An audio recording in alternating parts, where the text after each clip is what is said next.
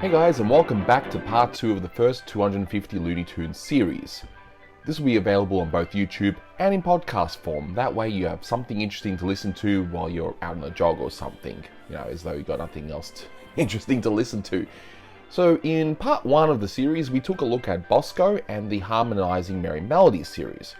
Now, Harmonizing broke ties with Schlesinger, so he set up his own studio, and with the new studio came their new starring character, which happens to be everyone's favourite, of course, Buddy.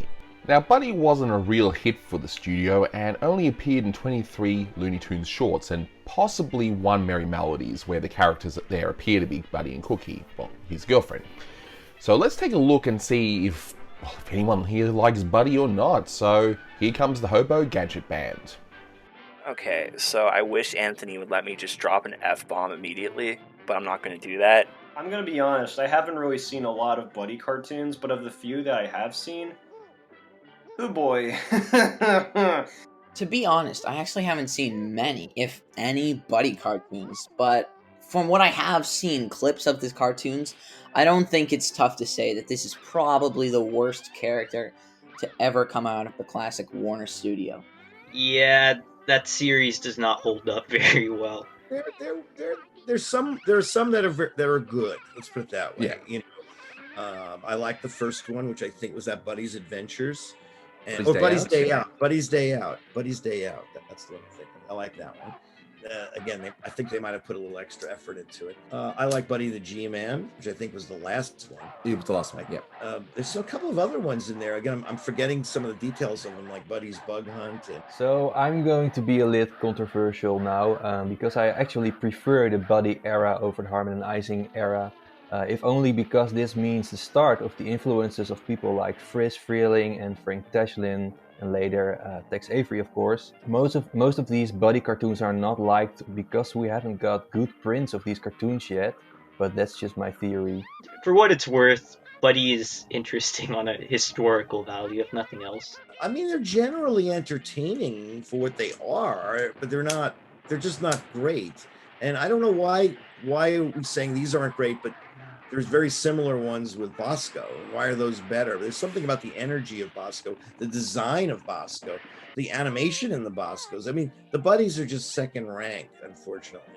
And overall, my thesis is that Buddy started out strong, but when Jack King and Bugs Hardaway began taking over the character, they generally get weaker and weaker. Especially more of Hardaway's shorts, which I felt were bland, than compared to Jack King's, which at least tried to be a bit amusing with some interesting dynamic angles and such. But overall, those ones didn't fulfill anything, and overall are currently to me just very strange and just unfulfilling towards the end of it. Yeah, it's hard even to think of anything like to say about Buddy other than the fact that it's a chance to see a studio like grasping at straws for like something that'll work. To be fair, I mean, if Avery never showed up, I mean, it's very plausible that Warner Brothers could have ended up like Columbia or a studio like that, or Van Buren even, a studio that was connected to a major motion picture company but ultimately ended up being successful because they couldn't make entertaining cartoons. I mean, there's a pretty good reason why Bob Clampett basically described him as Bosco in whiteface, but even compared to Bosco, Buddy was like so bland. He was as thin as a sheet of paper, like literally. Like even this sheet of paper that I'm holding up, as you can tell, has more personality to Buddy than, The Buddies had a very terrible start with Buddy's Day Out. There was nothing fulfilling about that short, and it's a miracle that Friz could work it into something that at least had a decent ending, or at least just came to a nice halt with the train. But I tried to watch Buddy's Day Off, which I know went through production hell. I believe the director on that short, the original one, got fired, and they just tried to splice together something that would work. And honestly, watching that short just now, you can tell that it had issues, but my god, it was a struggle to get through that cartoon. If Bosco was basically a Mickey clone, at least Bosco had the energy to put up with that. At least Bosco had the entertainment value. The The thing about the early Buddies is that it was a whole new studio that was basically hired off a bunch of random people off of other studios, and they were like told, yeah, just do something. And you can tell that it didn't go over that well because, my God, just trying to get through that short was a pain. Yeah, look, Buddy isn't really that good. Now, I will always defend Buddy's Bearcats. In fact, it's kind of like a running joke on this channel. Is that the racing one? No, that's the baseball one. I think it's Jack King's first one. Oh, okay. And that one is genuinely funny, at least to me. But it's actually funny not because of Buddy, but because of everything else around him, and that to me says that he's just not a strong character. Now, one could argue Mickey Mouse is a bland character, but there are two differences for me. Well, first of all, Mickey's design is way more appealing than Buddy's. I mean, Buddy's has got one of the most blandest designs I've ever seen. But also Disney knew what to do with a bland character like Mickey, and, you know, he would eventually make him a straight man to Goofy and Donald, among other things. With Buddy, it just looked like they were pushing the character as though he was this fantastic character that just needed to take off with the audiences, but he really wasn't. Honestly, Buddy, you know, most of like the worst Looney Tunes characters that people usually mention, like, you know, Sniffles, Merlin the Magic Mouse, Cool Cat, blah blah blah. Like even Conrad the cat, like those characters, as bad as they are, you could say why they're so bad. I can go on an entire hour explaining just how much I loathe Conrad the cat. With Buddy, like there really is nothing to do, and like even like the better Buddy cartoons have like a few decent gags here and there outside of Buddy himself because he's so forgettable. So not a Buddy fan, but if there are any Buddy fans out there, please tell me why you enjoy him, and I'll take your word for it. I feel like some of the people who were making these cartoons also didn't really try on either character or story structure, whereas the Harmon and Ising cartoons usually focus on one aspect of them. I guess my favorite Buddy, and you know, that is really hard to do because it's Buddy, but I guess it would have to be either Buddy the G-Man or Buddy's Day Off, because those are the only ones I feel that have a whole lot of merit. Buddy's Day Off only because it's a little bit more imaginative and it doesn't really involve the actual character that much. It's definitely not as good as Buddy the G-Man though. And that's one of the last ones, I believe, too. So they definitely were trying something with him, but it just didn't work. Buddy and Trouser, I'll keep that as sort of his first short. Actually has a lot in it.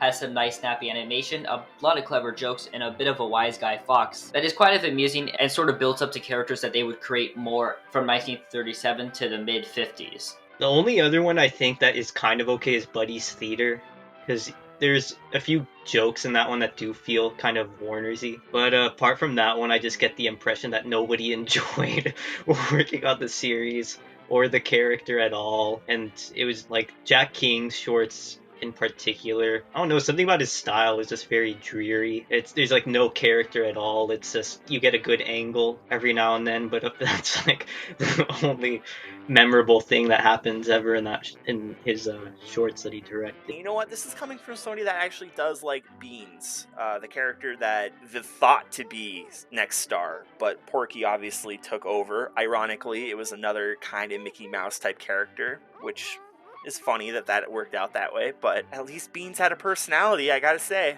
Ones I like are Buddy the Detective, Buddy's Adventures, Buddy's Lost World, Buddy the G-Man, Buddy's Bearcats, and actually so on, because for some reason I have a soft spot for these. Overall, I think at least half of these are worth a watch. Now, my least favourite is easily Buddy's Day Out, which is easily one of the worst Looney Tunes I ever made, and one that I've seen. I mean, nothing in it works except for maybe one train gag. That one had a lot of problems in its development and had to be fixed up by Friz Freleng, but even he couldn't save this mess. Least favorite cartoons is probably Buddy's Day Out by a long shot, only because that cartoon is just a mess. It's like that, and the other Tom Palmer cartoon is also really, the editing is sloppy, there's little to no direction. It's just the fact that Friz Freleng, it's still that bad even after Friz Freleng edited it down, makes me wonder just how awful the original cut must have been. But yeah, that's my thoughts on Buddy. Speaking of Buddy, believe it or not, they released and restored, and it's unbelievable looking. Buddy's Circus is on Blu-ray as an extra on this Wheeler and Woolsey Oh yes, Willie Kentucky Woosley. Colonel's Blu-ray, that that Warner Archive collection that they just put this out, and it's also got, not only does it have Buddy in Blu-ray and a beautiful print, and it's a politically incorrect Buddy, but they also have 2 Popeye cartoons, Fleischer ones, Blu-ray, first time ever. The Dance Contest and Sockabye Baby are also extras on this same. Oh, thing. wow. I There's definitely end should of buy it. plug. Well, I'm sure having a Buddy short in full HD isn't on anyone's wish list, but it's still awesome to see more and more of this stuff being released on Blu-ray. But now, on to Friz Freleng. Now, Schlesinger got Friz from the Harmonizing Studio to work at his new studio. As mentioned, he was tapped to fix the first Buddy short, and afterwards, eventually, he would be promoted to director. Now, he directed a few Buddy shorts, and then he would start directing Merry Melodies, which he would do up until he leaves for MGM in 1938. So, let's take a look at everyone's thoughts on Friz's first period at Warner Brothers. Well, Friz Freleng in this period obviously didn't really find his groove until he left MGM and came back, but he was really the glue that held the studio together during this time. He had more experience than anyone else because he was working all the way back in the silent days on Oswald the Lucky Rabbit and stuff. I consider early Friz to be somewhat of a, how do I call it, Disney will want to be somewhat, which is funny because he and Walt never got along. He even admitted to be Walt's whipping boy, and I hopefully it wasn't because he was Jewish and all, but Although most of the cartoons from the period from around 1933 to 1935 are largely pretty bad and one of the worst eras for the classic Warner Studio, the best cartoons out of that batch are the Friz ones. And I feel that's because he had the most experience, because he had been around at least, I think, since the 1920s, working with Walt Disney back in Kansas City. And I think he was always great in the darker eras of the Warner Studio, even compared to some of the greater directors like Bob Clampett and Chuck Jones. Well, this was valuable time for him to learn, and he was always pretty good, Friz. He seemed to know what he was doing. I mean, it's just that at that time in history and in animation history, he was doing what was the norm of that period. It might be a little slow to us, it might be a little boring, it might be, simple. What I find remarkable about Friz is that whatever period of time, and he was there from in the 1929 on Crazy Cat cartoons and Scream Gems and things, or Oswald cartoons. I think he started on with Winkler, I think. And but no matter wherever he was, or whatever was going on in the time, the mid 1930s.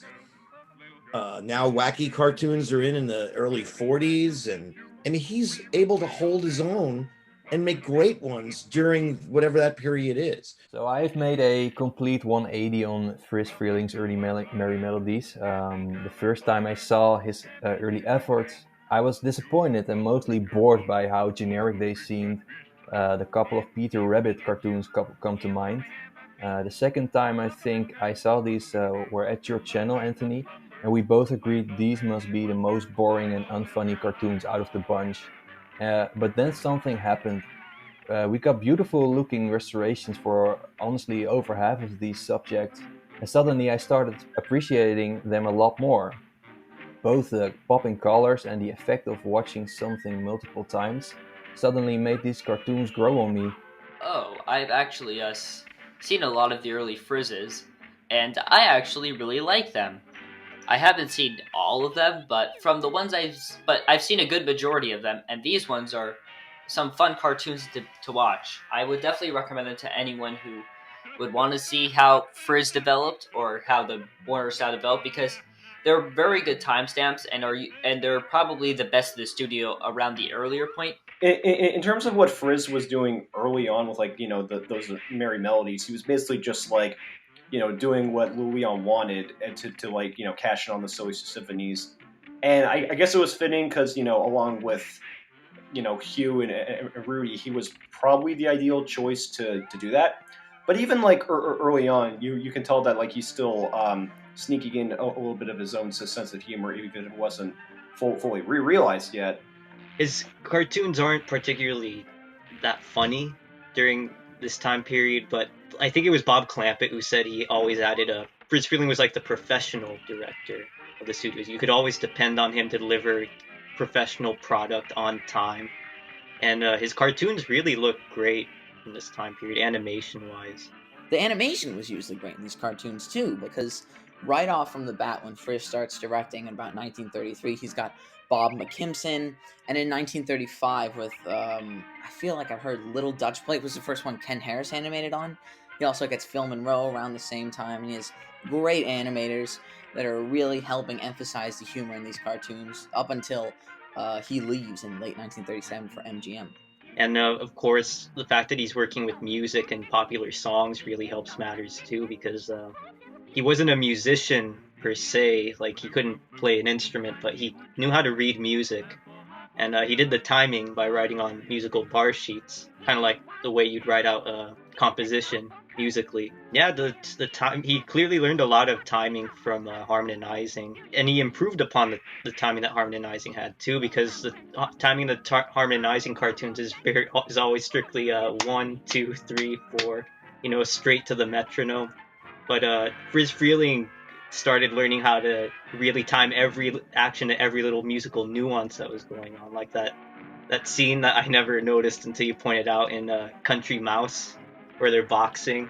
Then there's that part where I think it's the Runsome Bulldog or something is hitting him, and he hits him on the side, and he hits the floor and bounces right back up to the time of the music. That scene is just really, really. It's the best moment of the entire cartoon, but in that little moment you can really see him making huge strides as a director. And I'll eventually have to write this down because I have a lot to say on Friz as a director.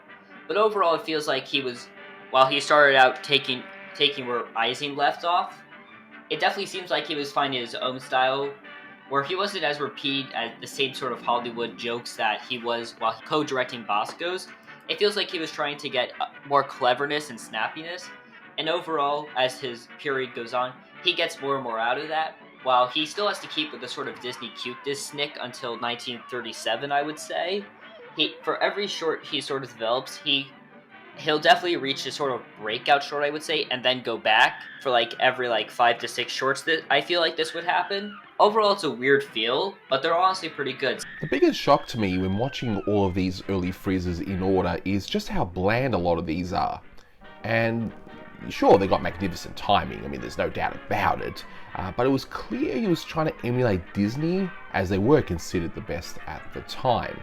Now, once text enters the scene, you can see Friz slowly changing, and by the time he leaves for MGM, he had improved quite a bit. The thing about Freleng is that he definitely had skills the others didn't. I'm a huge Friz Freleng fan. In my opinion, out of him and Chuck Jones, I prefer his cartoons over Chuck Jones. I know that's very unpopular, but that's just how I am. I have to say, though, he's still learning the craft. Nothing of his shorts right now are that bad, but I just feel like what comes after this is so much better. Yeah, I mean, the cartoons from the early 30s work better if you see them, one at a time. If you try watching, more than 5 in a row, you can kind of feel your brain start to melt a little bit, but in small doses, they're fine cartoons. My favourite Friz shorts of this era should come as no real surprise, as they were released not too long before he leaves for MGM, but, My Little Buckaroo is really funny, especially that song in the middle, and She Was an Acrobat's Daughter is hilarious as well. The later of which, especially, is what I feel is when the shackles were finally removed for Friz, where he's like, you know what? I'm gonna be funny. I'm gonna go all out just like Tex did. As for favorites of Friz from this period, I feel like some of the cartoons really had some strong characters, and I think character comedies especially, were what Friz really excelled at, and he continued doing that later on in the 40s with like Porky's Bear Facts, where there's a story, but they're largely character comedies, and you laugh at the characters rather than the gags. Into Your Dance, I feel, had some very strong character and funny character that I think was completely unlike the Warner cartoons of the period, because, as I said, they weren't very good at that time. The ones I really like are The Lying Mouse, Beauty and the Beast, He Was Her Man, Fella with a Fiddle, and My Green Fedora. Didn't he do My Green Fedora? He did, yep. With Bob Clampett animating that scene, that famous dance. Who did Streamline Greta Green? Freleng. That's a great one. Sort of Cars before there was Cars, basically. It's actually not bad, that one. Yeah, I mean, that one's kind of a standout in its way. Other favorites of mine from that time are I Haven't Got a Hat, of course, the first Porky cartoon, Fella with the Fiddle, and Streamline Greta Green, which both have some excellent smear animation and fight scenes, animated all by the legendary Ken Harris. Every once in a while, I can't remember who directed a certain one from the 30s, and I'm thinking in my mind, I think it's Avery, but maybe it's not. And then usually I find out it's not, and it's always Freleng. Whenever I have one of those moments when I can't remember who did it, it always turns out to be a Freleng, and I'm very, very surprised that he did direct a lot of good ones. I would say my personal favorite would probably be I Haven't Got a Hat. It's not the best cartoon or anything, but as an introduction to characters like Porky Pig and Beans and Ham and X, it's probably the best appearances of them at that point. And it's probably my favorite Beans cartoon next to Gold Digger is the 49, and probably the only cartoon I can actually tolerate Ham and X in. See, even I Haven't Got a Hat isn't really a great cartoon in my opinion. It's historic because of Porky Pig being in it and what they were trying to do.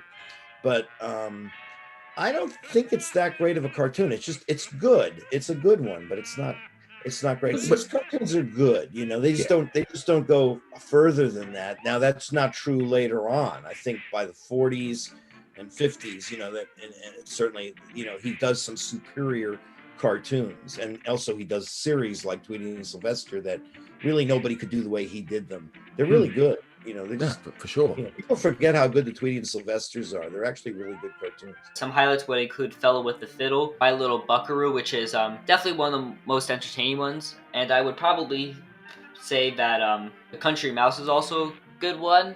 I also found myself pretty happy with watching Into Your Dance with the ending of just the guy stuttering. It definitely seemed like Friz was trying to do something different than what he was being told to do, and that he wanted to get a bit more character out of it, seeing how Disney was developing characters like Donald Duck and Goofy around this time, while also trying to find what makes a character unique, which would ultimately lead to the creation of Porky Pig. But even at that, like you can tell later on he's starting to like incorporate his own sense of humor with like She Was an Acrobat's Daughter, Streamline Greta Green, right? September in the Rain, My Little Buckaroo, etc. And I think like some of his earlier cartoons, they were a little more, I don't want to say character oriented, but a little more dramatic, so to speak, before he decided to just have a bit more fun with them. And honestly, there's some good stuff to look in them. I wouldn't necessarily recommend them for general audiences, except for the best of them. But I would definitely say, for anyone looking to watch the history, start here. The best ones, I like The Miller's Daughter. That one's really nice. Mr. and Mrs. is the name. The song's very catchy. Alright, well I gotta say right off the bat that my favorite Friz Freleng short from this point, and it's purely just because of Anthony's commentary on it. I had never seen this short beforehand, but I gotta say, My Little Buckaroo, that one scene, everybody knows the one scene I'm talking about, that is comedic gold, and I will fight anybody that says different. Close your sleepy eyes, my little buckaroo, while the light of western skies is shining down on you. Now it's time that you were rounding up a dream or two. So go to sleep, my little buckaroo. That is the funniest thing I have seen up until that point in Looney Tunes history, in my opinion. And it's just such a throwaway gag, too. That just makes it funnier because you're not expecting it, and it just comes out of nowhere and otherwise pretty much tame short. But yes, My Little Buckaroo is my most favorite. As for least favorite, I don't know, a racist one. I don't know. My least favorite is Toy Town Hall. Not only is it uninspired and boring, it is the beginning of a horrible habit Freleng would develop: repetition. The whole cartoon is made up from repeated animation from multiple weak cartoons he did before, and I just don't like that one at all. Now the worst Friz short, and my number one contender so far for the worst, and I mean the worst Looney Tunes short of all time, has to be Going to Heaven on a Mule. That one was horrendous. I mean, the only decent thing, I guess, is some of the music, but that will mean, hey, if you want to give it a go, just switch off the visuals and just listen to it, and that's it. So, yeah, favorite, I Haven't Got Hat. Least favorite, Going to Heaven on a Mule. But, that one should not be remembered by anybody. And least favorite, some of the early color ones don't quite make it. Pop Goes Your Heart, Those Beautiful Dames. It's just fascinating to see where he was at this early point in his career. So that concludes another episode. On the next one, we get to the really good stuff. So with Tex Avery and Frank Tashlin's first period at Warner's. So I hope you enjoyed this podcast, and until next time, take care.